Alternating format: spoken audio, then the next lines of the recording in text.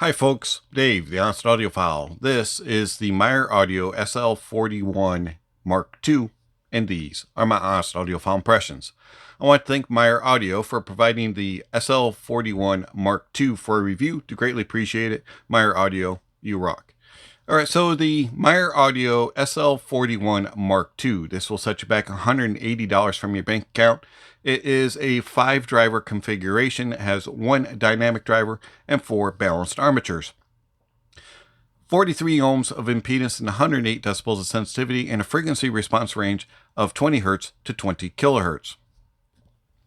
The Myer Audio SL41 Mark II comes in a pretty standard boxing experience for Myer Audio. This time you get a white box. Has a little bit of branding here on the front. SLIIVO SL41. I don't know how to pronounce that. Anyways, that's the model name for the SL41. And then you get a little bit of information on the other sides of the box. Nothing too special. Accessories. You get a carrying case, blue, and it says SLIIVO on it. Hockey puck. Hard shell. Open it up here and you have this like velvety material on the inside. It's going to protect your SL41 Mark II very nicely. There is no pocket for accessories. Should fit in a bag, might fit in a few pockets, but it's more bag worthy. And then you get a bag of tips. It has small, medium, and large of 2 types of silicone tips, and then you get some foam tips.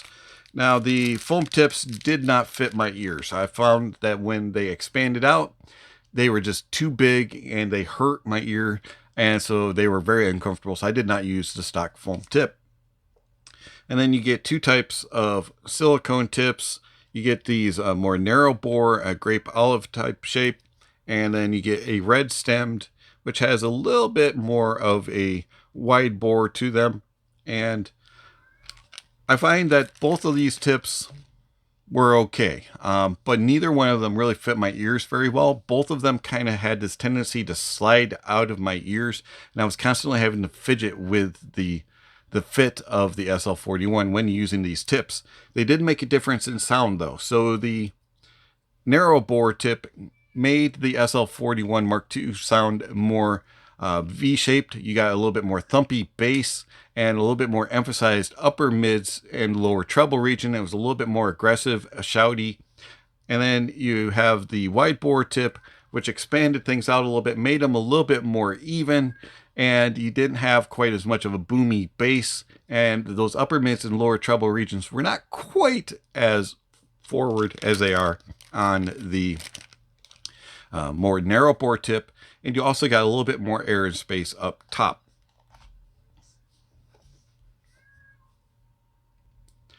The SL41, it's a nice, attractive looking shell. You can get it in black or blue. You do get a little bit of branding on the bottom part of the shell. And they're fairly small. They're not super thick. They do have a decent angle and nozzle length. It's not the longest, and it's not the most aggressive of nozzles angles, but it has a little bit of one. You do not get much of a wing at all. It's pretty much a flat back. There's a very subtle curve on the back side of the shell, but overall they're very well built. They feel nice. They look very nice. And the faceplate is really cool to look at. The nozzle is a little bit on the fat side, so that could be a problem for some.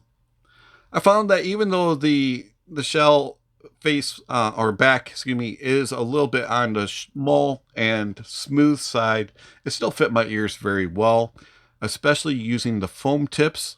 When I used the silicone tips, they did wobble around, and I had to constantly readjust them. With the foam tips, they just snug in place. And I have no issues with comfort. I can wear them for hours on end with no problems whatsoever. The isolation of outside noises is pretty good. Probably somewhere 66-70% of outside noises being blocked. With the foam tips, with the silicone tips, it's not quite as good. I find that the Things that I was able to hear the most was when I was outside with loud vehicles going by, buses, a UPS man, DHL, that type of stuff. On the inside of the house here, things like vacuum cleaners, carpet cleaners, coffee grinders, they were pretty muffled, but I could still hear them. But carrying on a conversation, trying to watch TV, that type of thing, it was very difficult, and I had to pop one of these shells out of my ear so I could hear what was going on. The cable that comes with the SL41 is the same cable that comes with the D41. You have nice ear hooks, connects with 2-pin. It's a little bit on the thick side, but it's nice and light. You do have a big chunky split with a cinch that stays in place. And then it terminates in the 4.4. You can also get it with 3.5. The SL41 being 43 ohms of impedance and 108 decibels of sensitivity is fairly easy to drive. I found that most dongles drove it with ease, and I had no issues there. DAPs and desktop, it worked slightly better. The SL41 does scale with a little bit more power, and I found that the SL41 is quite picky when it comes to the presentation. So if your source is a little bit on the warmer side, a little bit thicker and lush, especially in the bottom end, the SL41 will bog down and it will sound bloated and a little bit too fat, and it just won't, it'll be sluggish, doesn't have a lot of energy. If you have a source that's a very bright sounding, has a lot of treble emphasis, and is very analytical, very sterile sounding, very clinical sounding, the SL41 will be a little bit too aggressive in the upper mids and lower treble regions, and it will be somewhat fatiguing. So if you can find something that's kind of in between, a little bit neutral and natural sounding, the SL41 will bless your ears. The Myer Audio SL41 Mark II, how's it sound? So the bass of the Myer Audio SL41 Mark II has a nice energy to it and a good flow to it. There's enough emphasis in the sub bass to give a little bit of rumble and grumble, but it's not going to really be earth shattering and wow factor type of sub bass, but you can get a little bit of there. Mid bass, you're going to get some nice punch and slam, a little bit of kick, and there's good energy without being domineering, but at the same time, it's very well controlled. The upper bass is slightly tucked and is not near as emphasized as the mid bass and sub bass regions, and at times it can sound a little bit lackadaisical and a little bit thin.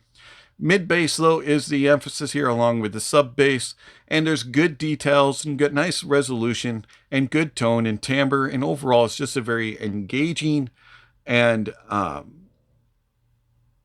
toe tapping type of bass without being the focal point, without being all about the quantity. It actually has more qualities and about the details than the quantity.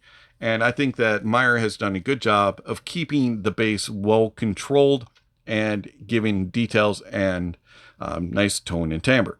The mids of the SL41 are a little bit hit or miss for me. So they are somewhat peaked in the uppers from about 2K to about 3.5K. There's a little bit of a rise there that can be a little bit forthright and can cause some shoutiness. Also, there brings in some sibilance issues, and it can be prone to be just a little bit too forward, a little bit aggressive. And then around 5K, there also is another peak, and that adds to that as well, and you get kind of a little too much shoutiness, aggressiveness, and forthrightness. But the mids do have nice air and a nice space about them and a nice tone and timbre for the most part. Some instruments can sound a little bit unnatural, especially in the upper reaches. Strings, brass instruments, and woodwinds can sound a little bit artificial, and there's a little bit of metallicalism in the tone and timbre, but I didn't find it to be too off-putting. Overall, the mids have a nice presence about them. They are forward, but yet not like overly excessively in your face. But they definitely are the focal point of the SL41. Going into the treble has a little bit of brilliance, a little bit of hotness in the lower treble regions, and then it extends nicely all the way through the rest of the treble. There's good air and space up top, and a nice amount of sparkle and energy. But if you're sensitive to lower treble and upper mids regions being a little too forward and being somewhat aggressive, the SL41 may come across as being shouty and forthright and aggressive, and that's kind of the way that they came across to me. There's nice tone and timbre in the treble, but just like the mids, there is a little bit of metallicism to it, and at times some instruments can sound a little artificial, especially percussions can sound a little bit off.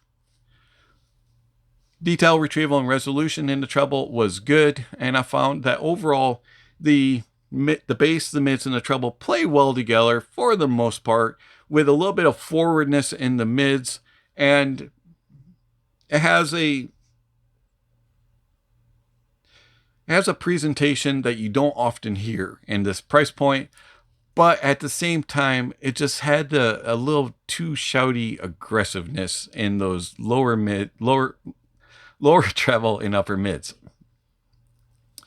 Soundstage of the SL41 is average. It has nice width to it. It'll tell you the differences between venues of small, medium, and large, but you don't really get that grand size. It is kind of missing that wow factor of, whoa, that's a big stage. You get it's small, medium, large. Small, medium, and large. And there's okay depth to it. You can look into the stage a few rows, but you can't really dive into the stage and diagnose it. And then layering is all right. The mids are a little bit more focused than the bass and the treble. And there's more of a spotlight on the mid section than the bass and the treble. Instruments and vocalists don't fight for positioning, but there is a strong center focus. So usually the instruments, the soloists, or a vocalist will have a more dominant in the overall presentation. Imaging is good. Things track across the stage very well, and you can place things right there and follow them across the stage. You can hear them enter and exit and go through. They don't crowd each other out. And they're not the most precise, but they're pretty accurate. You can go, it's right in this area. It's in this neighborhood. And there's no jittering, stuttering as things go across the stage. Things flow very easily. Detail retrieval and resolution of the SL41 is good. I was rather impressed at how much information you do get. It's not the most resolving, especially in the upper mids and treble regions. It can be somewhat glassy and glary sounding, and the bass is better resolved than the upper mids and lower treble region. Tone and timbre is, for the most part, natural. I didn't really find anything off-putting too much. As mentioned, though, there is some metallicism, especially in the mids and in the treble, and some instruments can sound slightly artificial. Overall, I found that the Myer Audio SL41 was very pleasurable to listen to, and I really did enjoy it quite a bit. How does it compare to its sibling, the D41? So I find that the Myer Audio D41 has more accurate tone and timbre. It is not as unnatural sounding when it comes to metallicism. I also found that it has a little bit better note weight and a little bit more fullness. The bass has a little bit more impact and slam and just a overall presence about it. And the treble and mids regions aren't as elevated as they are on the SL41, and so it is not as aggressive and forthright in its presentation, and it doesn't have that tendency to be sibilant. Soundstage of the D41 is a little bit on the more defined side, even though it's about the same width as the SL41. it has better depth, and it does better with its layering, and its imaging is more precise and accurate. How does it compare to the Pula PA02? Now, the Pula PA02 is going to have a thinner note weight and is not as detailed and is not as resolving as the SL41. It does have a little bit more glassiness and glariness to it, and also the note weight is a little bit on the thinner side. But the PA02 does have a little bit wider of a soundstage and is a little bit more airy and spacious sounding, but it is more vibrant and a little bit more exuberant in its presentation. I find that the Pula PA02 is good and is a very engaging and fun listen, but I prefer the SL41 over it. The Myer Audio SL41 Mark II. I like this. It's a good IEM that gives you a slightly different presentation than the D41. If you think that the D41 is a little too warm and it could use a little bit more excitement, a little bit more air and space up top, the SL41 probably will fit what you're seeking. But for me, I find that the D41 is more natural and more accurate sounding and is slightly more refined than the SL41. It's been Dave, the Honest Audiophile. Thank you for watching, and I'll catch you on the next video. Speaking of next video, somewhere on screen, subscription links, notification bells. If you haven't already, please check those off. Down below, there's all kinds of information regarding how you can contact channel, follow channel, support the channel. Speaking of supporting the channel, if you want to support the channel, there's various ways that you can do that through one-time gifts with PayPal, Venmo, and also YouTube.